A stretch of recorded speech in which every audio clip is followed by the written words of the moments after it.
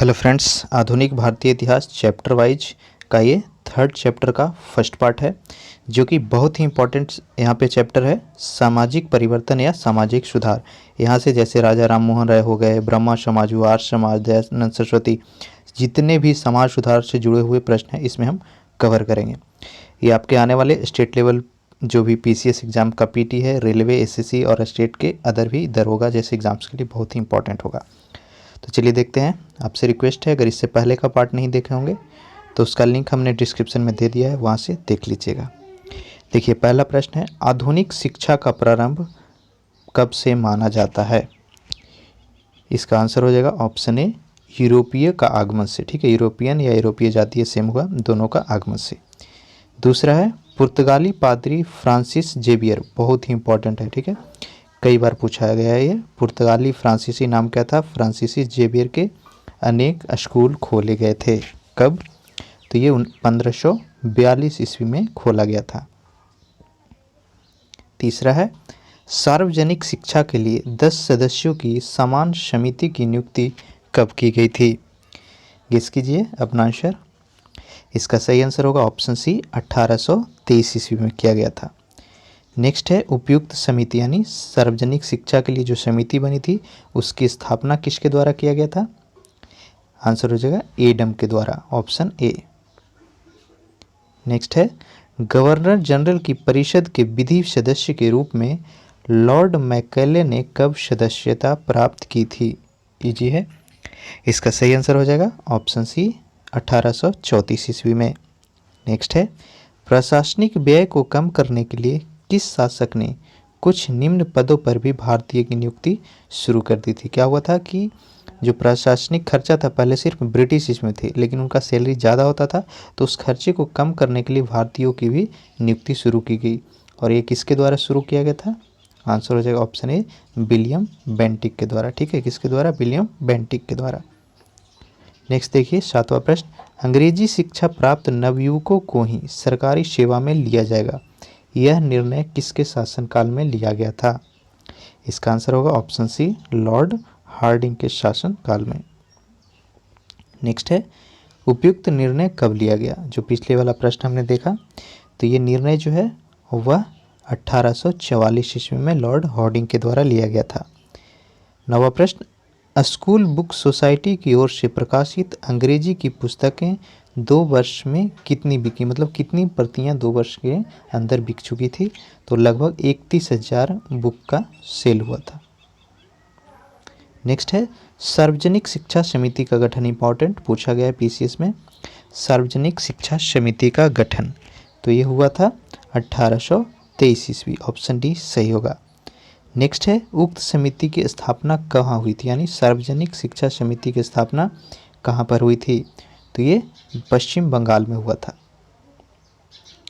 Next है, कलकत्ता में सार्वजनिक शिक्षा समिति की ओर से खोले जाने वाले संस्कृत कॉलेज का विरोध किसके द्वारा किया गया था? आंसर हो जाएगा राजा राम मोहन राय के द्वारा। नेक्स्ट है, 1817 ईस्वी में कलकत्ता में हिंदू कॉलेज की स्थापना किसके प्रयासों से संभव हो? Most important, SSC, railway, BPSC, PT, दरोगा, सारे एग्जाम्स में ये पूछा जा चुका है। ठीक है, कलकत्ता में जो हिंदू कॉलेज की स्थापना हुई कब हुई? सबसे पहले याद रखिए 1817 में। किसके प्रयासों से संभव हुआ था? आंसर हो जाएगा हेयर के द्वारा। नेक्स्ट है, उपयुक्त हिंदू कॉलेज कालांतर में किस नाम से प्रसिद्ध हुआ? ठीक है, तो बाद में उसी हिंदू कॉलेज का नाम जो है बदल करके प्रेसिडेंसी महाविद्यालय रख दिया गया था। ठीक है, ये आंसर सही होगा। नेक्स्ट है, देसी तथा भारतीय शिक्षा में साहित्यता व वैज्ञानिकता नहीं है, यह किसका मानना था? आंसर हो जाएगा मैकेले का। ठीक है, अंग्रेजी शिक्षा से काफ़ी ज़्यादा जुड़ा हुआ था ये मैकेले। नेक्स्ट है, लॉर्ड मैकेले गवर्नर जनरल की काउंसिल में विधि कार्यकारी सदस्य कब बना था? ठीक है, विधि कार्यकारी यानी लॉ, तो ये कब बना था? गेस कीजिए। इसका सही आंसर हो जाएगा ऑप्शन सी, 1834 ईस्वी में बना था। नेक्स्ट है इंपॉर्टेंट क्वेश्चन, कैथोलिक मुक्ति कानून की स्थापना कब की गई थी? इसका सही आंसर होगा 1829 ईस्वी में। नेक्स्ट है, किसके पूर्व का काल शिक्षा के क्षेत्र में प्रयोगों का काल कहा जाता है, इंपॉर्टेंट है, ठीक है। वहाँ पे सबसे ज़्यादा एक्सपेरिमेंट्स हुए यानी चेंजेज हुए। इसका सही आंसर हो जाएगा ऑप्शन सी, 1857 के पहले का जो पीरियड था उसको प्रयोगों का काल कहा गया है। शिक्षा के लिए चार्टर अधिनियम, इंपॉर्टेंट क्वेश्चन पूछा गया है। शिक्षा के लिए चार्टर अधिनियम कब बना था? इसका सही आंसर होगा 1813 ईस्वी में। ध्यान दीजिए 1813 ईस्वी में शिक्षा का चार्टर अधिनियम बनाया गया था। नेक्स्ट है, देशी विश्वविद्यालयों के आधार पर सार्वजनिक शिक्षा पद्धति के निर्माण का प्रयास किसने किया? मैकाले के द्वारा। पीछे भी देखोगे ये जो मैकाले थे काफ़ी ज़्यादा जुड़े हुए थे एजुकेशन सिस्टम से। बनारस कॉलेज की स्थापना, ठीक है, बनारस जो अभी कॉलेज है उसकी स्थापना कब की गई थी? गेस कीजिए। इसका सही आंसर हो जाएगा 1853 ईस्वी, ठीक है, 1853 ईस्वी। नेक्स्ट है, अमृतसर तथा लाहौर में अंग्रेजी शिक्षा के प्रचार के लिए कॉलेजों की स्थापना कब हुई थी? ये हुआ था 1442 ईस्वी। नेक्स्ट है, अंग्रेजी संसद की ओर से नियुक्त कमेटी की रिपोर्ट पे शिक्षा व्यवस्था का घोषणा पत्र कब जारी किया गया था? ठीक है, शिक्षा व्यवस्था का घोषणा पत्र, तो ये 1854 ईस्वी में जारी किया गया था। अगला है, उपयुक्त घोषणा पत्र का संस्थापक, यानी जो शिक्षा व्यवस्था का घोषणा पत्र था उसका संस्थापक कौन था? आंसर हो जाएगा वुड, ठीक है, कौन था? वुड। नेक्स्ट है, 1870 से 72 ईस्वी में प्राथमिक विद्यालयों या स्कूलों की संख्या 16,473 थी, जो कि 1881 से 82 में बढ़कर के कितना हो गई थी? इतना इम्पोर्टेंट नहीं है, ठीक है, बस बता दे रहे हैं।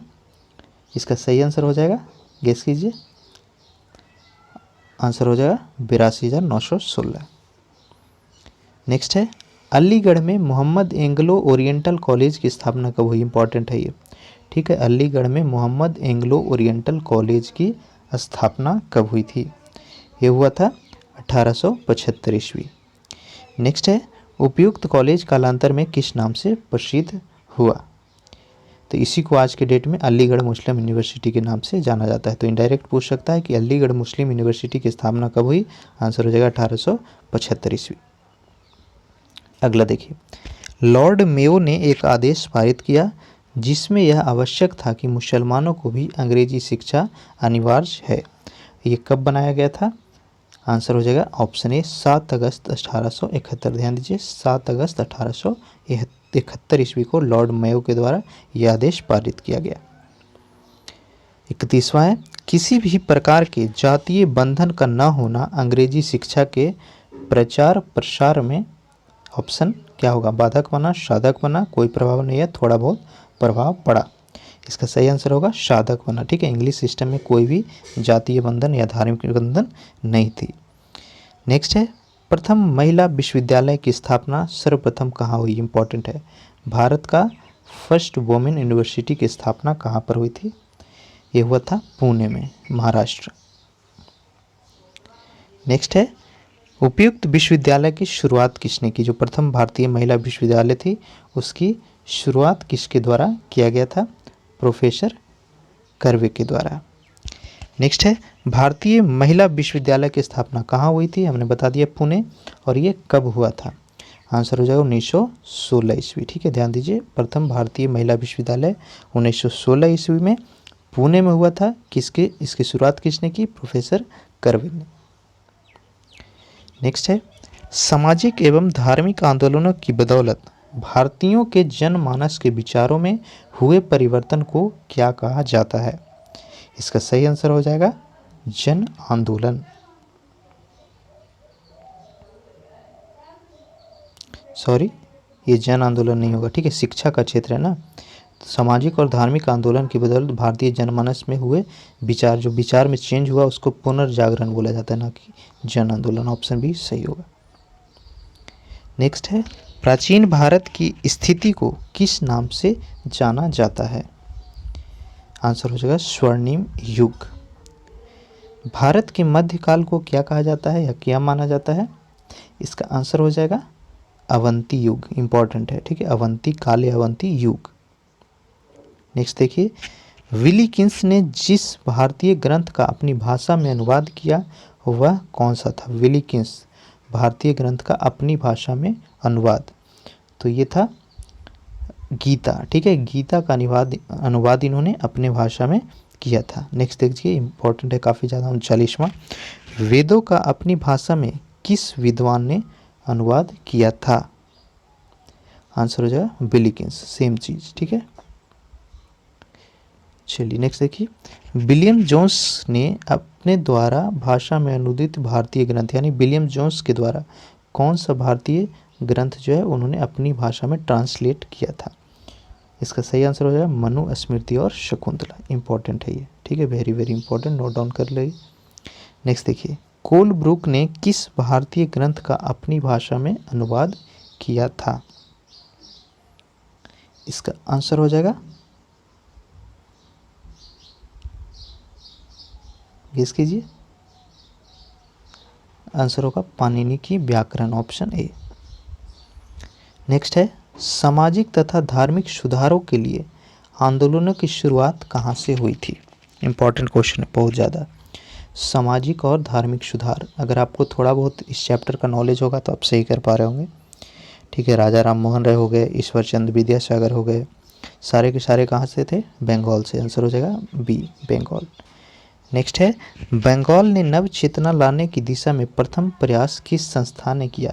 तो सबसे पहले जो है सामाजिक चेतना लाने का प्रयास वह किया गया था यंग भंग आंदोलन से, यंग बंगाल आंदोलन के द्वारा किया गया था, ऑप्शन सी। नेक्स्ट देखिए, यंग बंगाल आंदोलन के प्रमुख नेता कौन थे? ये भी बहुत इंपॉर्टेंट है, हमेशा पूछा गया है। ठीक है, यंग बंगाल आंदोलन के प्रमुख नेता थे हेनरी बिबियन डेरिजियो। कौन? Henry Vivian Derozio. 45वां, उपयुक्त हेनरी बिलियन पेशे से क्या थे? तो वो एक अध्यापक थे।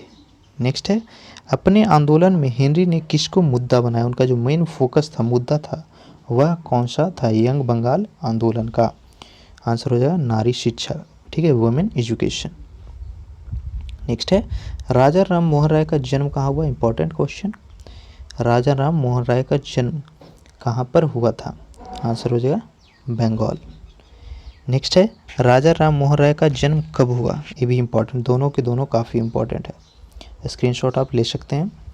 तो उनका जो आपका जन्म हुआ था वह 1874 ईस्वी में हुआ था। कहाँ पर? बंगाल में। नेक्स्ट है, उनकी प्रसिद्ध पुस्तक एकेश्वरवादी को उपहार कब प्रकाशित हुए? ठीक है, एकेश्वरवादियों को उपहार, ये पुस्तक किसके द्वारा लिखी गई? राजा राम मोहन राय के द्वारा।